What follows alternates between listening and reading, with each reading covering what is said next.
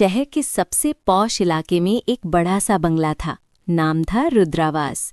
इस बंगले की मालकिन थी शर्मिष्ठा देवी, अमीर, रुतबे वाली, लेकिन दिल में घमंड भरा हुआ। उनका बेटा रुद्र विदेश के हॉस्टल से छुट्टियों में घर लौटा था। रुद्र लंबा, गोरा, स्टाइलिश, लेकिन आंखों में एक अजीब सी बेचैनी और घमंड था।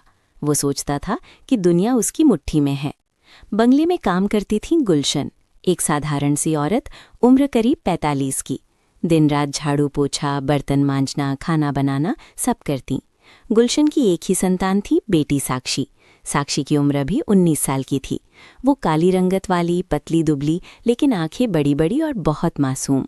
स्कूल की पढ़ाई पूरी करके अब वो भी माँ के साथ घर में छोटे मोटे काम करती थीं।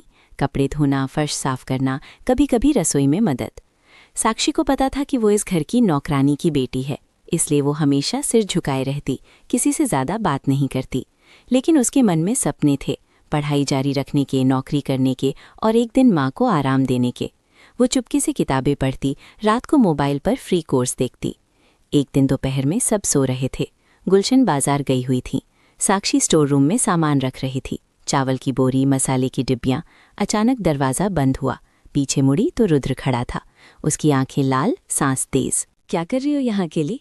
रुद्र ने मुस्कुराते हुए कहा, लेकिन मुस्कान में कुछ गलत था। साक्षी घबरा गई। साहब, मैं बस सामान रख रही थी। रुद्र करीब आया। तुम बहुत शर्मीली हो साक्षी, लेकिन मुझे पता है अंदर से तुम भी। उसने हाथ बढ़ाया। साक्षी पीछे हटी। बोरी गिर गई, चावल बिखर गया। साहब प्लीज, माँ आएंगी। साक्षी की आवाज़ कांप रही थी। रुद्र ने उसका हाथ पकड़ लिया। चुप रहो, कोई नहीं आएगा, और अगर किसी को बताया तो तेरी माँ की नौकरी चली जाएगी, समझी? साक्षी ने जोर से हाथ छुड़ाया और भागने की कोशिश की, लेकिन रुद्र ने उसे दीवार से सटा दिया। उसकी साड़ी फट गई, हाथ पर नाखूनों के निशान पड़ गए। साक्षी रो पड़ी, लेकिन चीख नहीं मारी। डर थी कि माँ की नौकरी चली जाएगी। आखिरकार रुद्र हंसते हुए चला गया। अच्छी लड़की हो, चुप रहना। साक्षी फर्श पर बैठ गई, चावल बिखरे हुए, आंसू बहते हुए। उसने खुद को संभाला, साड़ी ठीक की और चुपके से कमरे में चली गई। शाम को गुलशन आई तो साक्षी की आंखें सूजी हुई देखीं। क्या हुआ बेटी, क्यों रो रही है? साक्षी ने कुछ नहीं कहा, बस बोली, कुछ नहीं माँ, सिर दर्द है। लेकिन गुलशन का दिल कह रहा था कुछ गड़बड़ है। वो रात भर सो नहीं पाई। साक्षी भी चुपचाप रोती रही। वो सोच रही थी, काश मैं कहीं भाग जाऊं, लेकिन माँ अकेली कैसे रहेगी? अगले दिन से रुद्र की नज़र साक्षी पर टिक गई। वो हर मौके पर उसे छेड़ता, कभी किचन में, कभी सीढ़ियों पर।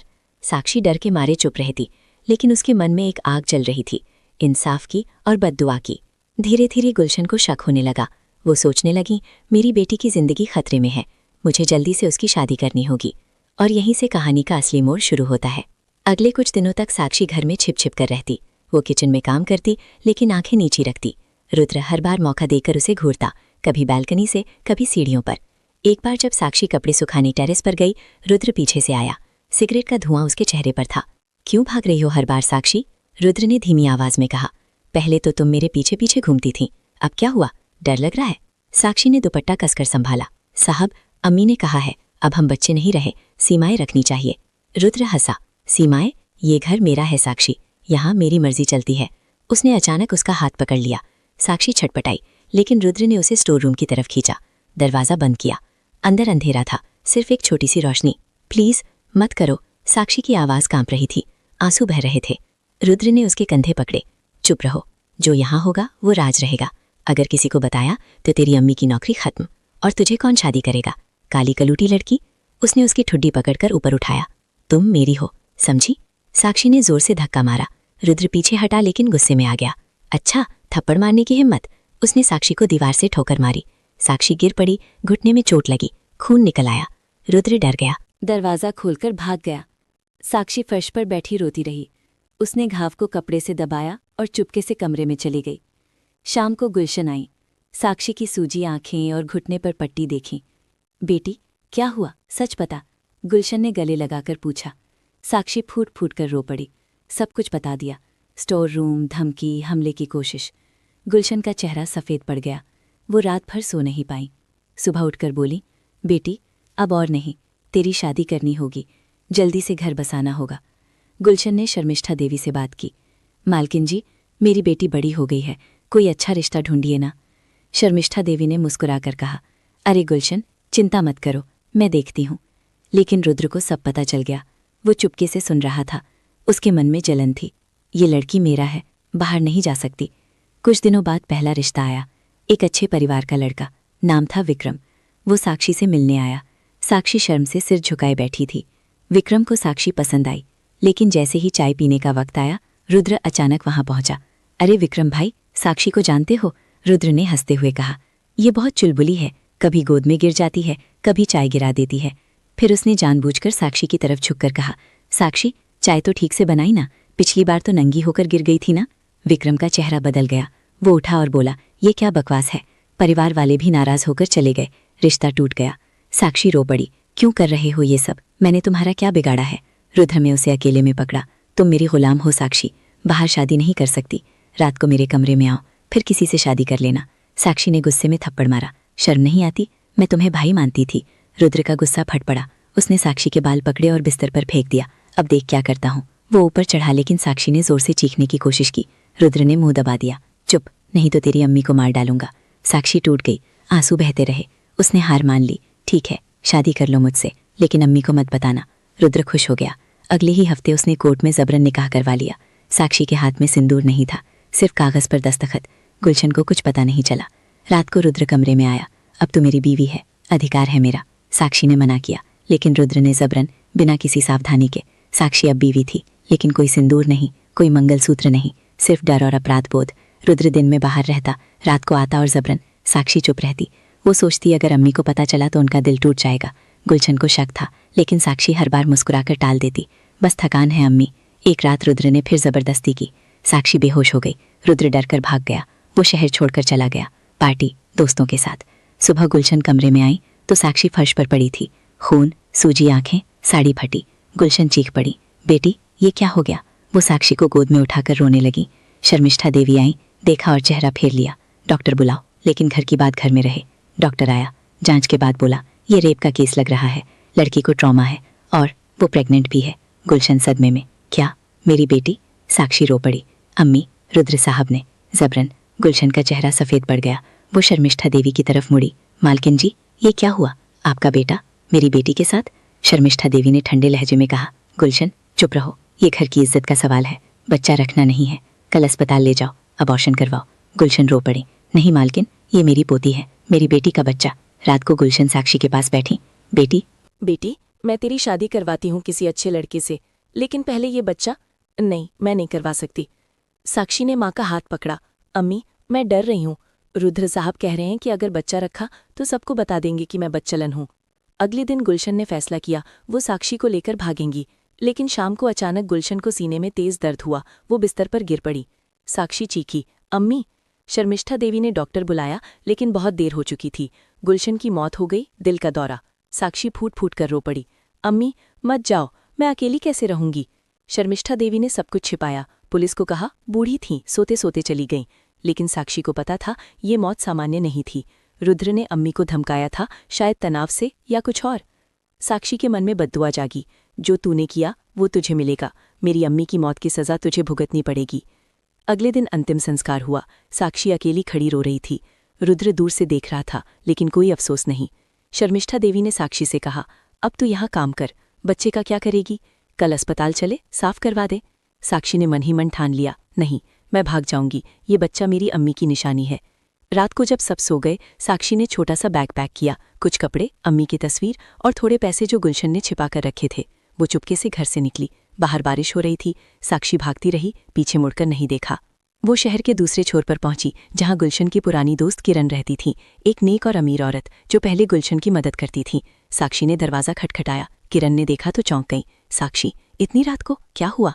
साक्षी रो पड़ी। काकी, अम्मी नहीं रहीं और मैं गर्भवती हूँ। रुद्र साहब ने। किरण ने उसे अंदर बुलाया, गले लगाया। बेटी, अब तो मेरे साथ रहेगी, कोई डर नहीं, मैं तेरी माँ बनूंगी। साक्षी ने किरण के कंधे पर सिर रखा। बाहर बारिश तेज हो गई, लेकिन साक्षी के मन में एक नई उम्मीद जागी, बच्चे की और इंसाफ की।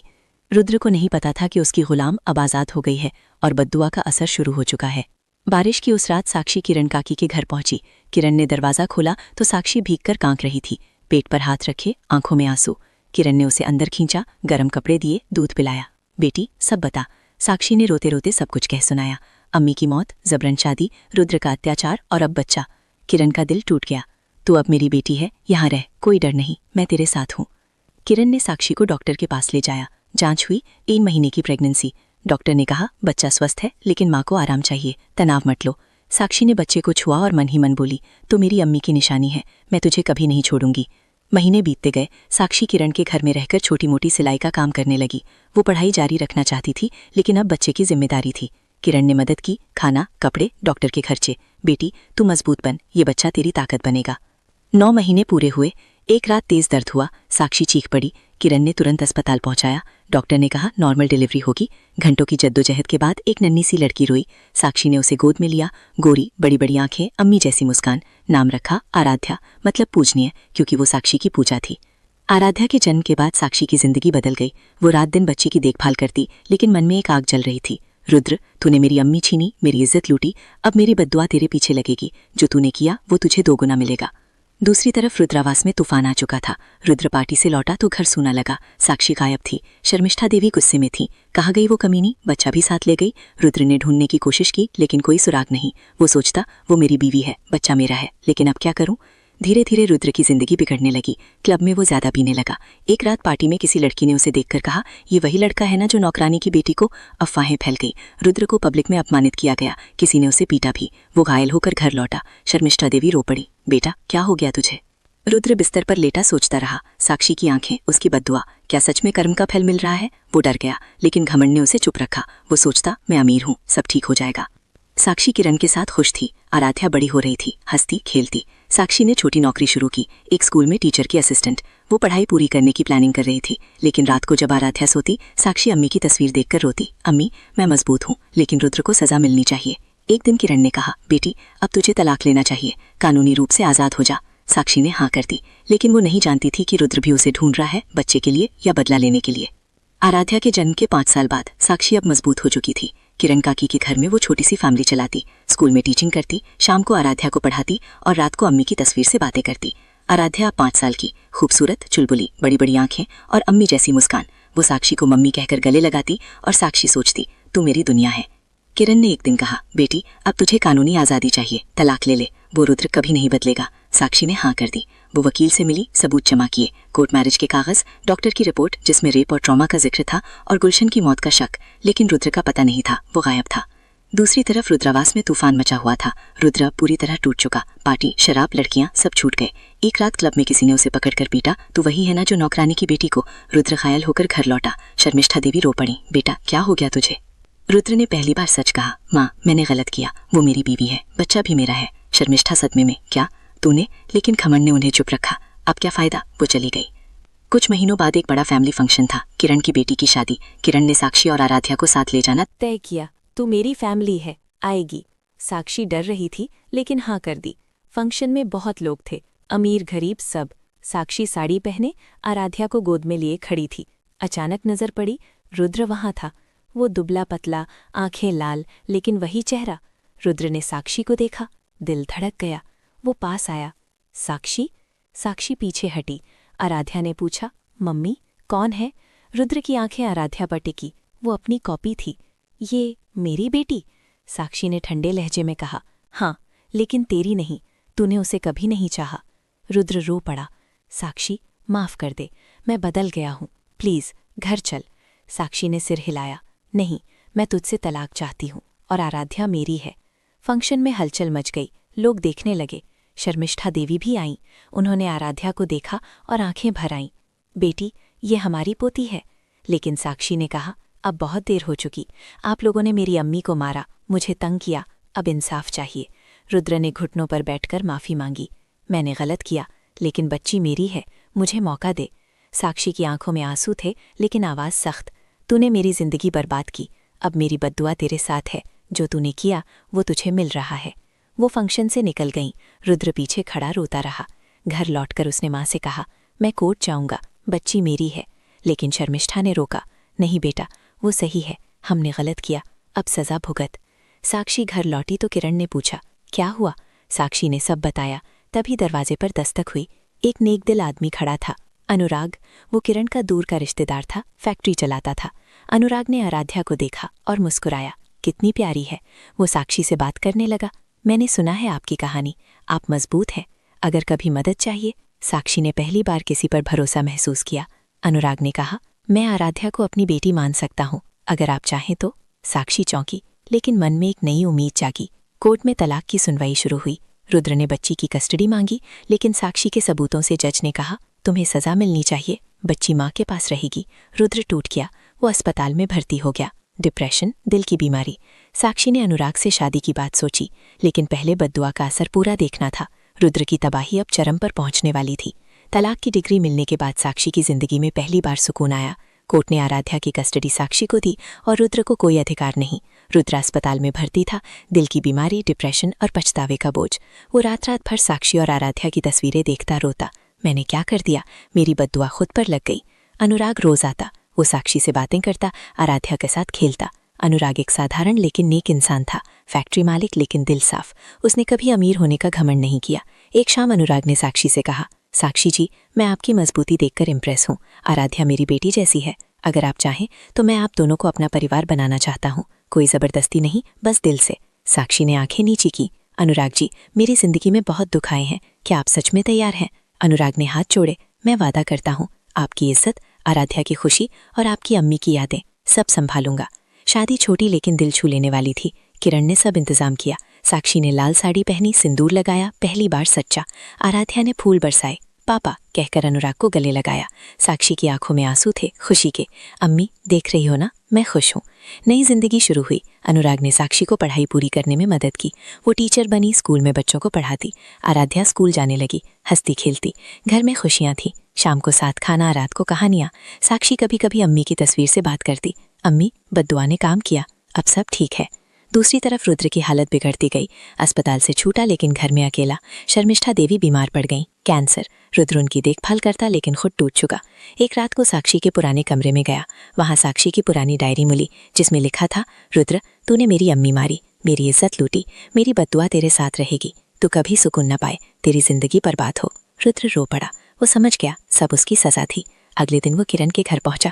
दरवाजा अनुराग ने खोला। रुद्र घुटनों पर बैठ गया। साक्षी, मैं माफ़ी मांगने आया हूँ, आराध्या को देखने आया।